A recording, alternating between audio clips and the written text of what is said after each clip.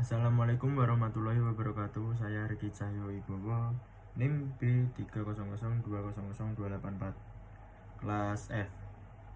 Di sini saya akan menjelaskan tentang pendapatan disposable dan konsumsi.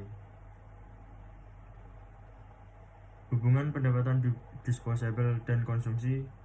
Keynes menjelaskan bahwa konsumsi saat ini sangat dipengaruhi oleh pendapatan disposable saat ini, current disposable income. Menurut Keynes, ada batas konsumsi minimal yang tidak tergantung tingkat pendapatannya. Artinya, tingkat konsumsi tersebut harus dipenuhi. Walaupun tingkat pendapatan sama dengan nol, itulah yang disebut dengan konsumsi otonomus.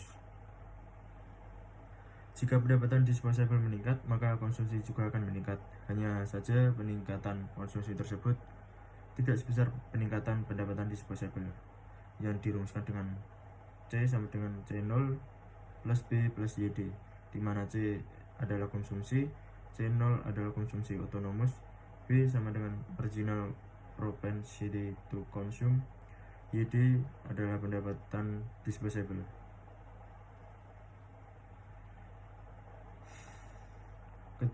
Kecenderungan mengonsumsi marginal. Kecenderungan mengkonsumsi marginal adalah konsep yang memberikan gambaran tentang beberapa konsumsi akan bertambah bila pendapatan disposable bertambah 1 unit. Dengan rumus MPC delta C per delta YD, grafik konsumsi yang berbentuk garis lurus. Kurva konsumsi yang sudut kemiringannya lebih kecil dari sudut 45 derajat menunjukkan bahwa MPC tidak mungkin lebih besar dari 1. Hal itu dibuktikan bahwa ketika pendapatan disposable meningkat 1000 unit, konsumsi hanya meningkat 800 unit atau angka MPC sama dengan 0,8. Yang kedua, hipotesis pendapatan permanen. Teori konsumsi hipotesis pendapatan permanen dikemukakan oleh Milton Friedman dalam bukunya A Theory of Consumption Function. Menurut Friedman, pendapatan dibagi menjadi dua jenis, yaitu 1. Pendapatan permanen atau permanent income, 2. Pendapatan sementara atau transitory income. Pendapatan permanen merupakan bentuk pendapatan yang diterima secara periodik dan jumlahnya dapat diperkirakan sebelumnya. Misalnya pendapatan gaji. Pendapatan sementara merupakan bentuk pendapatan yang tidak dapat diperkirakan sebelumnya. Pendapatan sementara ini bisa berbentuk tambahan, bonus, atau menang lotre, ataupun berbentuk pengurangan, misalnya biaya pengobatan sakit yang tiba-tiba pada pendapatan permanen. Pengeluaran konsumsi seseorang dipengaruhi oleh pendapatan permanen secara proporsional. Apabila terjadi kenaikan pendapatan sementara yang positif, maka pengeluaran konsumsinya juga akan mengalami kenaikan. Begitu pula sebaiknya.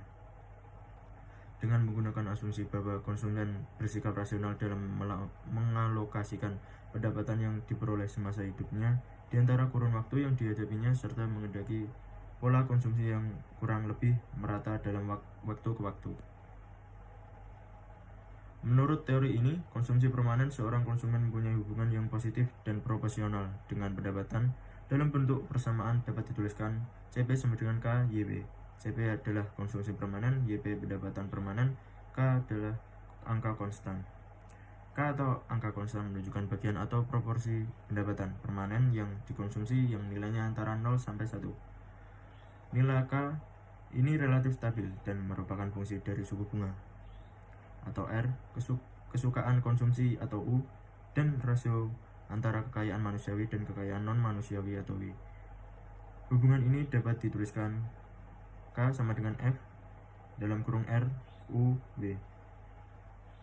Hipotesis siklus hidup model konsumsi, siklus hidup life cycle hipotesis disingkat LCH, dikembangkan oleh Franco Modigliani, Albert Ando, dan Richard Bamberg.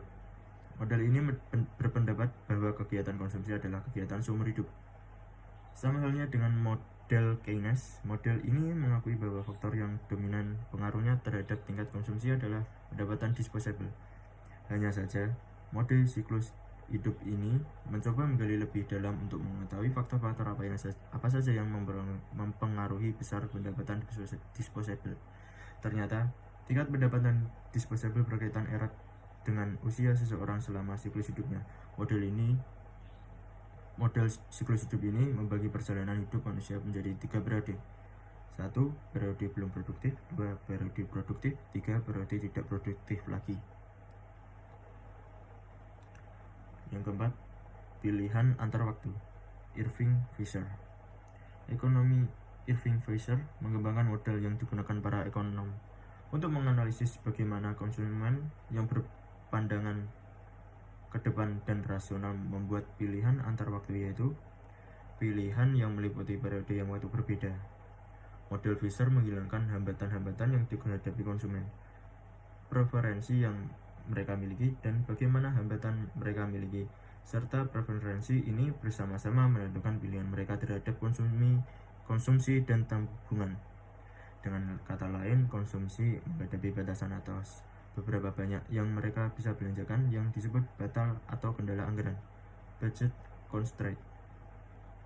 Ketika mereka memutuskan berapa banyak akan mengkonsumsi hari ini versus berapa banyak akan menabung untuk masa depan, mereka menghadapi batasan anggaran antar waktu, intertemporal budget constraint, yang mengukur sumber daya total yang tersedia untuk konsumsi hari ini dan di masa depan.